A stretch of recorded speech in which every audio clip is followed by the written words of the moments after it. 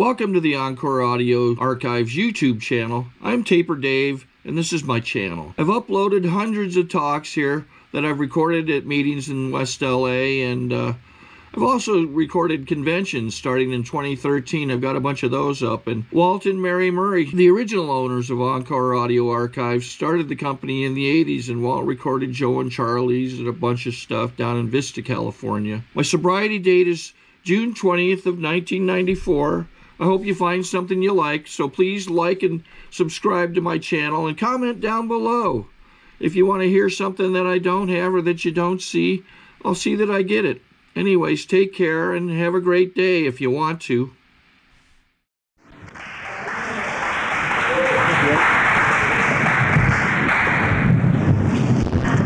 Don't you just love the dramatic lighting? My name is Bennett. I'm an alcoholic.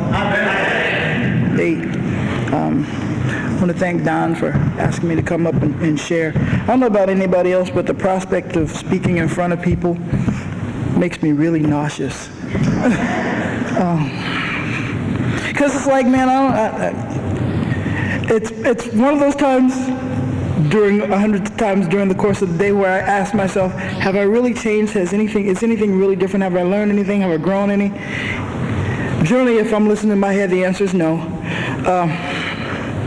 But if I actually pay attention, the fact that I'm outside on a Friday night is testament to the fact that there's a power in my life working that I'm glad I didn't have to believe in for me to have access to it. You know what I mean?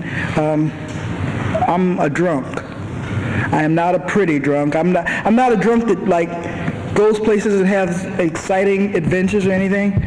I'm a kind of like stay at home, don't bathe, pee in beer cans kind of drunk. You know, I watch a lot of TV. You know, I wear a path between like the living room sofa and my bedroom. You know, and the refrigerator. I stop speaking to people. You know, I have a hard time getting outside. I lose weekends and Thursdays. You know, and you know, I mean, I would love, you know, I had a friend when I first got sober. His name was Mel. Mel died sober, and Mel said, you know, he got drunk and he started out in L.A. and he woke up, he was in Pittsburgh. You know, I started out drunk in L.A. and I woke up in my backyard, and that's as exciting, and that's as exciting as it gets. It's like, when I first got sober, man, I used to look at like, it was like beer ads would talk to me. You know, Coors Lights, open this Coors and beautiful women will appear and, you know, and just want to be, it never happened. But I was aiming for that all the time, you know, and I'm a member of Alcoholics Anonymous not because I have anything against alcohol. I'm a member, if it hadn't been for alcohol, I would have died long before I got a chance to find out how to live. You know, alcohol allowed me, it made it okay for me to be on the planet.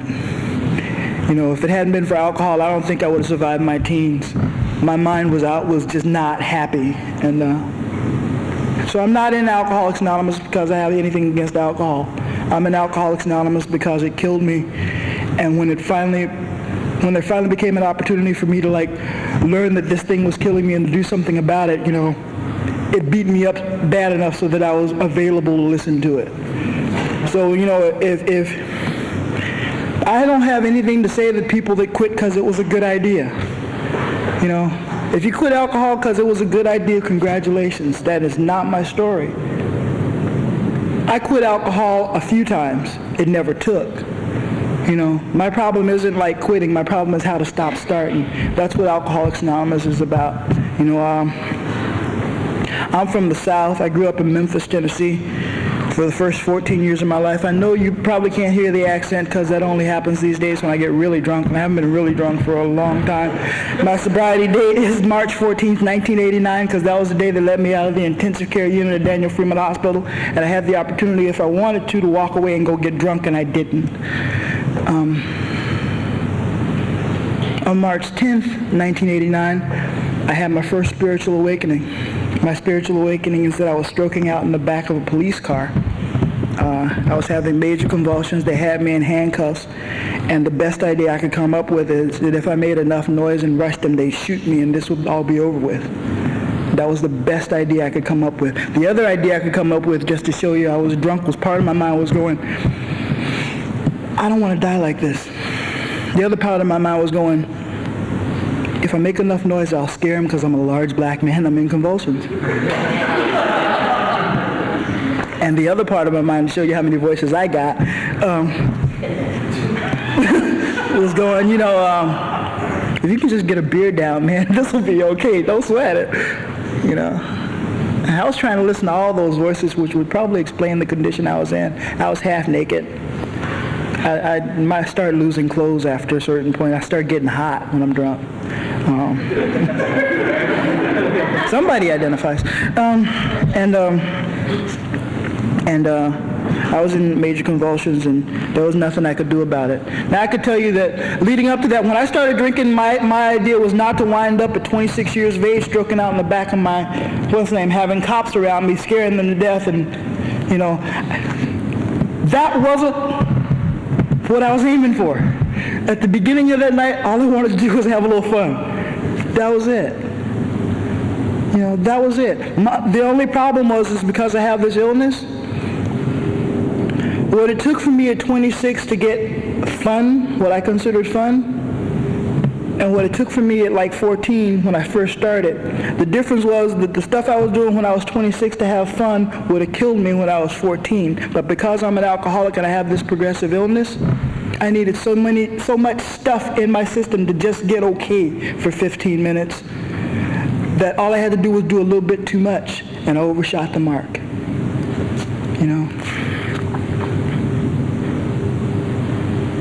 Alcohol made it possible for me to be out among people, because I'm a terrified human being.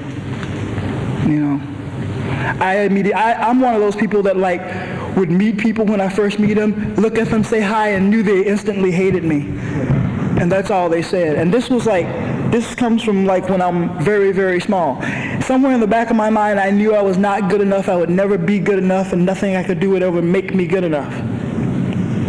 So by the time I was 8 years old, I was starting to invent people that I was, because I knew that the me I was not enough. I don't know how I knew that, but I knew that. I knew that the me I was not enough. Now you take that into a Southern society where there ain't a whole lot of distractions except wrestling and beer and religion, and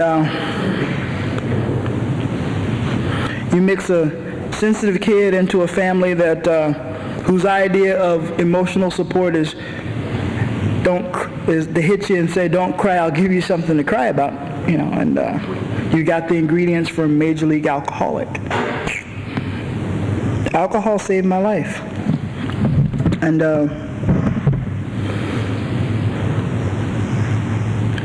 by the time I was 9, I'm not going to tell you I took my first drink when I was 9. That was a lie. I took my first drink when I was 7. I had my first drunk when I was 9. I had my first real drunk when I was 12, when we had left my father and left that crazy household because my mother couldn't stand it anymore, and she tried to move us to some place that would work. She moved us to the wrong side of the tracks. I don't know how to talk to people. I'm terrified. The first thing somebody comes up and says, "Here, smoke this." I'm an alcoholic. I didn't know it at the time, so what did I do? I went, "What was that?"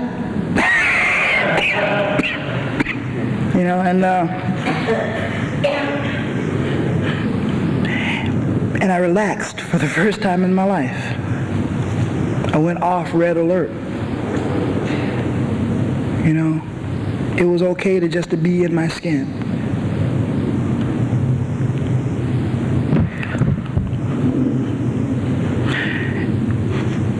And the funny part, and I was just thinking about it, the funny part is, if you had told me at 12 when I was taking that, what it would lead me to when I was 26, I still probably would have done it. Because I needed something. I was wound way too tight. I was wound way too tight. And I took that hit, and it was okay. And later that night, somebody went, "Here." And I took that beer, and it was okay. And God bless him. You know, God bless him. If it hadn't been for alcohol, I'd still be a virgin. There was no way, man, I could have walked into a party, walked up to some woman that I've been looking at for probably 12 days, and asked her to dance, let alone ask her to go home with me. But you put enough alcohol in my system and I can probably get the words out. I might not remember what we're doing. I might not remember how it felt, but something's going to happen. You know, alcohol allowed me to ask for what I really wanted, you know, without the pretext of something else. Alcohol gave me freedom, you know. Now the problem is that I'm an alcoholic. And what alcohol, the way my sponsor explained it to me, the way that makes sense, he said alcohol is a physical solution for an emotional problem.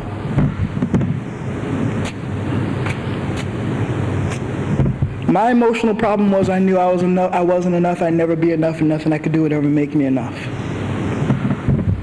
I took that alcohol, and it wasn't that that problem disappeared, it just didn't bother me as much. You know, it wasn't that the fear totally disappeared, it just didn't bother me as much. It wasn't that I didn't care what you thought, I just didn't care that much. And when you've been living your life on red alert all your life, not caring that much feels like absolute freedom. You know? And I proceeded to do that for as long as I could. You know, I grew up in South Central LA after I moved out here. You know, and you know, I had that funny accent that I told you about, and somebody made a mention of it one day, and because I'm one of those people that just didn't think he was enough, I decided that somebody made fun of my accent, so it was going to go away. So I proceeded to lose it. I worked on losing it. Now, if you had told me, like, back then that years later people would find the Southern accent very charming and kind of sexy, I probably would have kept it. But I didn't know enough then. I didn't have enough of me then to be able to hold on to anything that anybody else disapproved of, so I lost it. You know, and you know, the only thing I had going for me was that I liked to read, and I was a smart kid. I was a straight A student. I was a straight A student that was leading a double life, and nobody really knew about it. Because, you know, I could make friends with the people at school, and I could be a straight A student over here. But at home, I was really terrified, and somebody offered me something to drink, and I would be doing that. But the people over here didn't know what I was doing.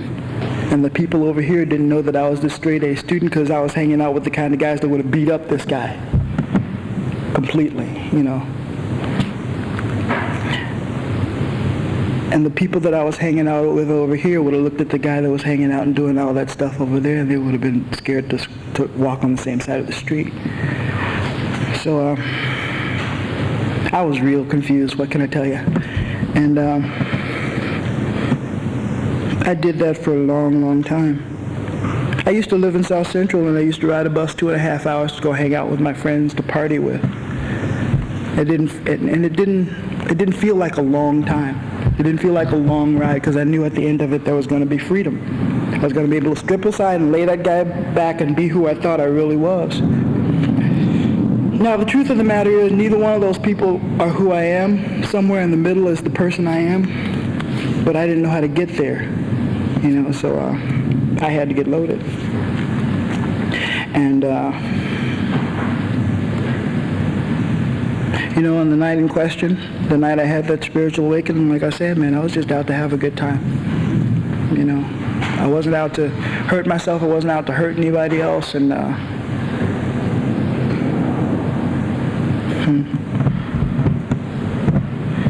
had that spiritual awakening, and I call it a spiritual awakening because before then I knew part of me knew I was dying, and part of me knew I couldn't do anything about it, but I didn't know how to tell that to anybody. I mean, the people I was hanging out with, you didn't like sit down with them one day and look them in the eye and go, man, you know what? I'm really scared. I really don't know what I'm doing. I really don't know how to live. I don't know how to act. I don't know how to be with people. I don't know how to talk. I don't know how to let you in. I don't know how to love anybody.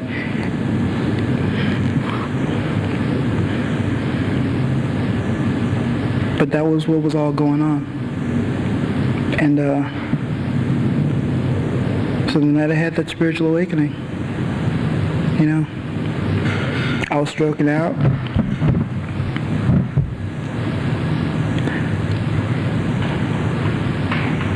And I was hoping that if I made enough noise, the cops would blow my brains out. And part of me was saying a prayer. And it wasn't like a great prayer. It wasn't, actually it was probably a terrific prayer. I've been sober since, you know. But it wasn't like one of those long-winded prayers that I thought you had to pray to get God's attention, you know.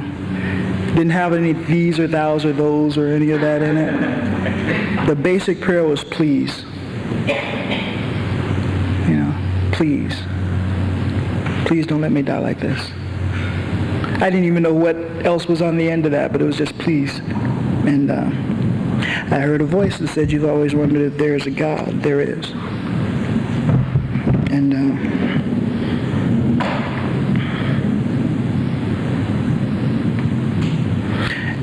And I saw something, but we'll go into that some other time. And I would love to tell you that right then I got the answer.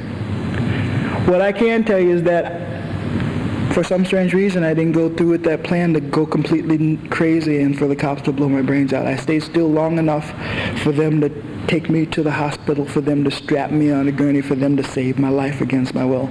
I woke up in ICU the next day and I was strapped down, which is not a good sign. You know, in case you've never been there, or if you decide to make a trip out, I can tell you that strapped down, and for one thing, ICU means you almost died. You know, intensive care unit. They don't throw light cases in there. They're like saving. They're worried about their insurance, or they don't want you to die on them. That's why you're in ICU. Strapped down means you fought them while they were trying to save your life. That's the translation. So I'm strapped down in ICU the next day, and I wake up and the first thing I see is my mom at the foot of my bed. And if you're drunk and you have anybody in your life that cares about you, you've probably seen the look that was on her face. The look that says basically, I love you, why are you trying to kill yourself so bad? You know? I firmly believe that, you know, my mom has a connection to the source, because, you know, if it was up to me, I don't think my prayers could have pulled me through. But she didn't argue, she didn't yell, she didn't do anything. She just kind of shook her head. And right after that, the doctor came in and held up my catheter, and there was like muscle tissue in it. This is not a good sign. Muscle tissue means your body's trying to rid itself of something that is so strong that you're starting to piss away muscle. That's how much damage you're doing.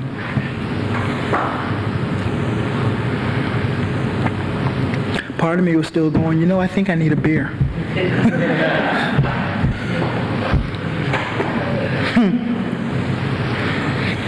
Whenever I get the idea that maybe I'm not an alcoholic and maybe it was just a phase, because I get it, you know, I have an alcoholic mind that's still trying to find the out.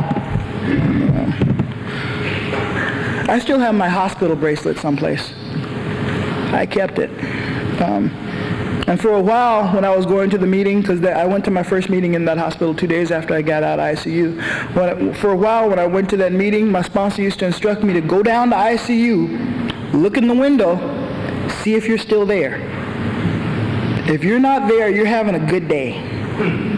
You know.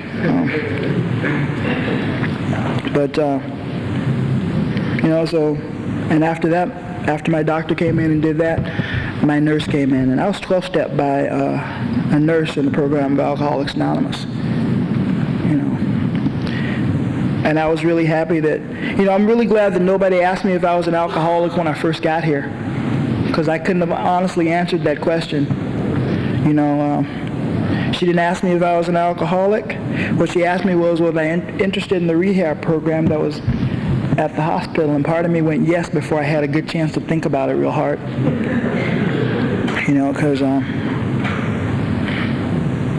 if I think about stuff, I generally don't make really great decisions.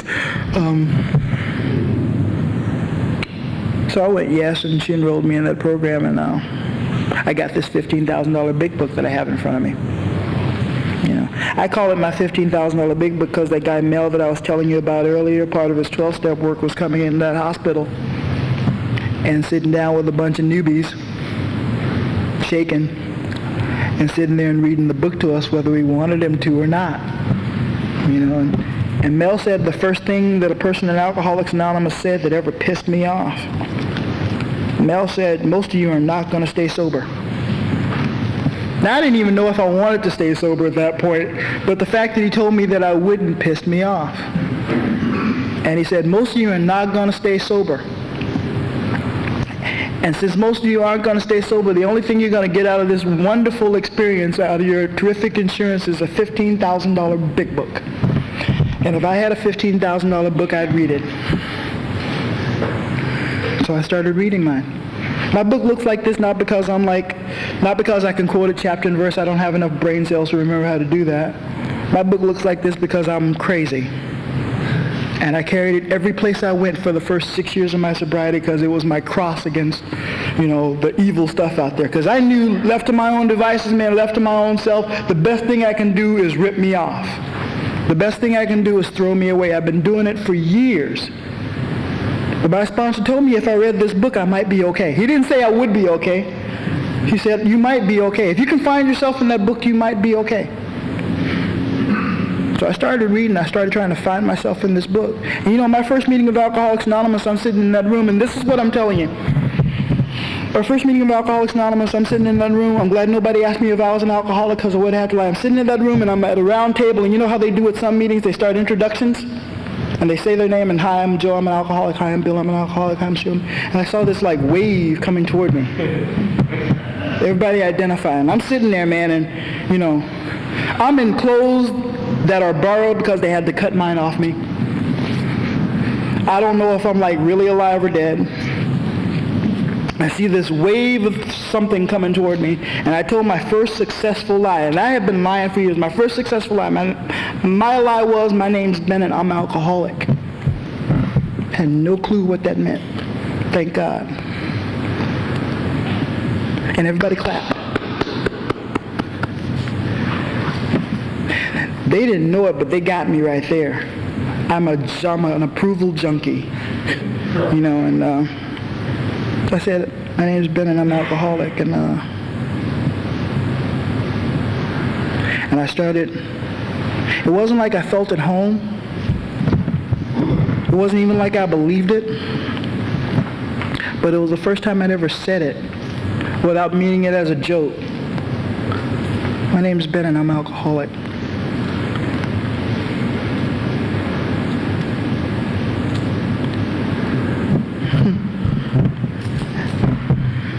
And I started reading my book, and I started trying to find me in it.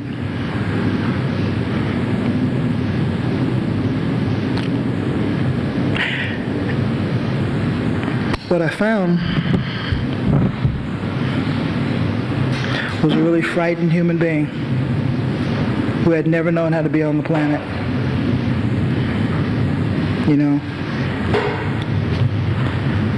And what I found more was and it wasn't like I found rooms of people that had been frightened human beings that had never been on the planet. What I found was when I came to Alcoholics Anonymous and I listened, I found one or two people I could identify with, so I didn't feel like the only one anymore.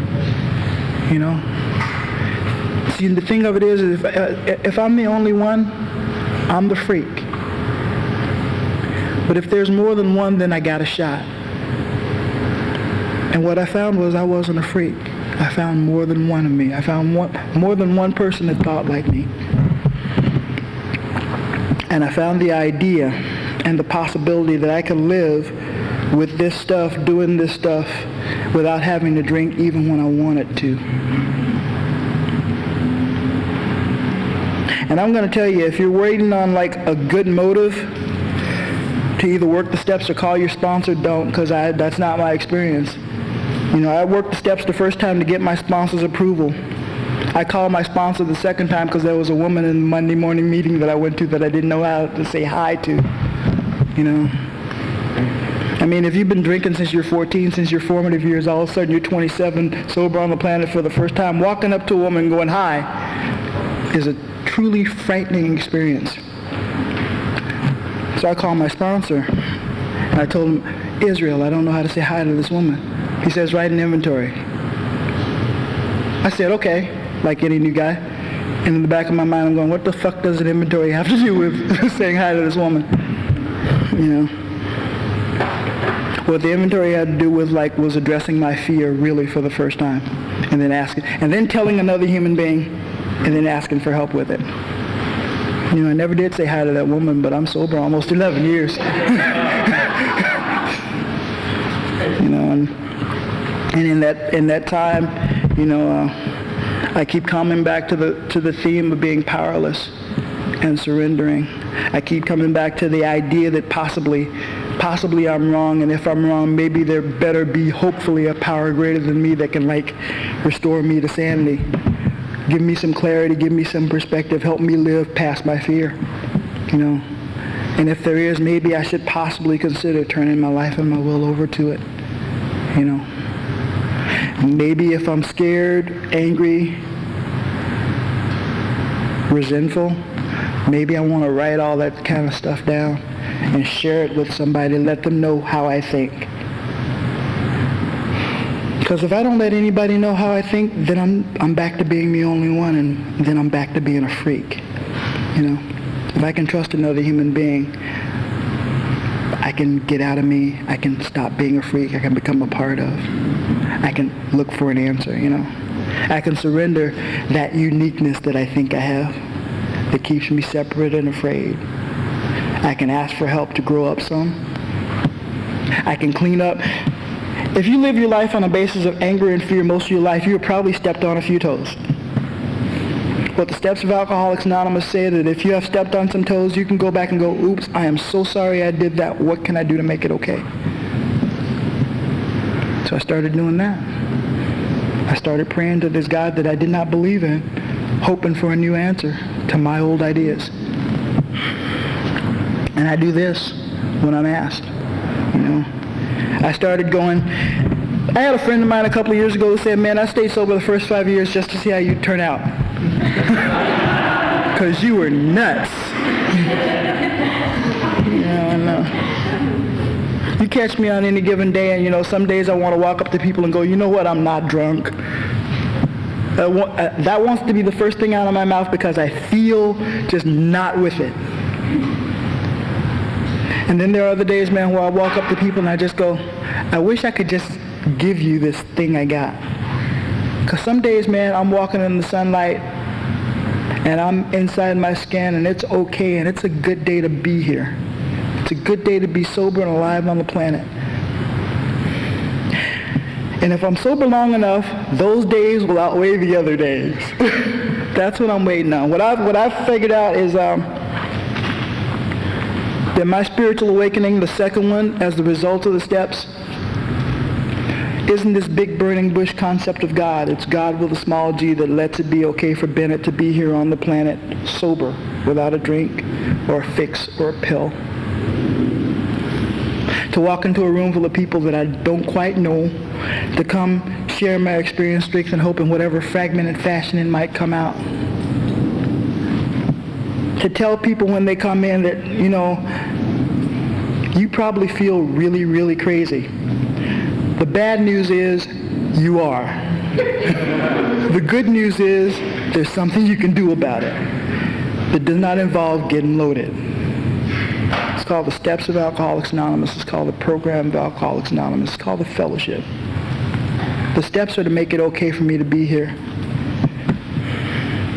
The fellowship is to make it okay for me to work the steps. You know, God bless the people that started this thing, man, because, you know, I can't imagine being the first two guys. They're the first two guys, you're not sure this thing works. These days, man, you can go all over the planet, and Alcoholics Anonymous is everywhere. Alcoholics Anonymous in the former Soviet Union, where they don't even believe in God. You know, Alcoholics Anonymous is in Turkey. Alcoholics Anonymous is in Memphis, Tennessee. I walked into a meeting in Memphis, Tennessee. I'm from the South. I don't have a whole lot of great experience with white people with Southern accents. I walked into a meeting of Alcoholics Anonymous. I felt a part from for a few minutes, and then everybody started talking, and I felt a part of, and I had to deal with my own prejudice. You know what I mean? Alcoholics Anonymous is the best thing that ever happened to me. And I sometimes don't know if I can do it the real justice it deserves talking about it. The best thing I can tell anybody is, watch my feet, not my mouth. Watch what I do, not what I say. Because on any given day, man, I can sell ice cubes to Eskimos. But if I'm not doing what I'm saying I'm doing, then something's wrong. But if you watch me long enough and I do it, maybe you'll be convinced that this thing works. All I can tell you is I'm a terrified human being who was afraid to leave my house, and I'm outside, it's a Friday night, and I'm okay. I'm okay. My life is better than it was, and it's getting better all the time. Thank you for my life.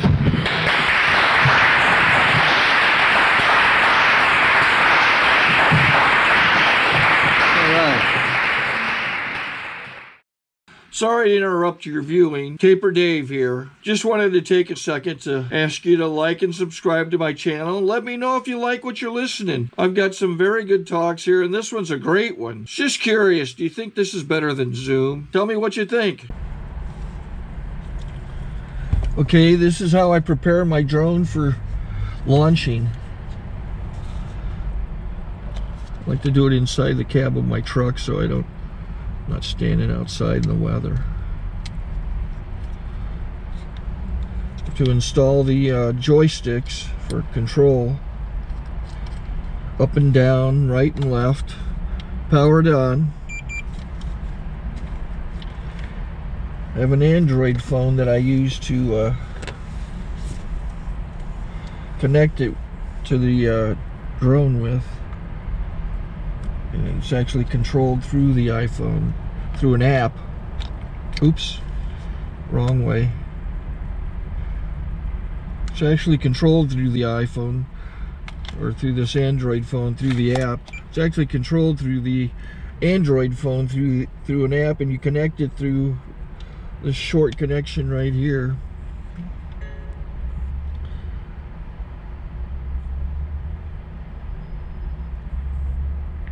Remote control connected. Remote control's connected. So I pull out the drone. I have to extend the legs. Long legs extended first, then the short legs. Remove the gimbal protector. Set that aside, then power it on one short burst, then one long burst. I lay it down. So I have to go to calibrate. So the drone's not connected yet. It shows you here as this drone gets disconnected, even though the remote's powered on. So the drone has to establish it's connected. So I go into the app to calibration mode. First I'll calibrate the remote controller. Start calibration.